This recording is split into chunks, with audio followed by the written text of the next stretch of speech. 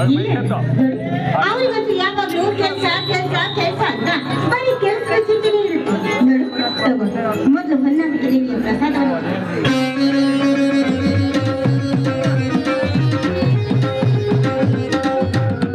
ತಂಗಿ ಆ ಹೊನ್ನಾಂಬಿಕೆ ಏನೆಂದು ಬೇಡಿಕೊಂಡೆ.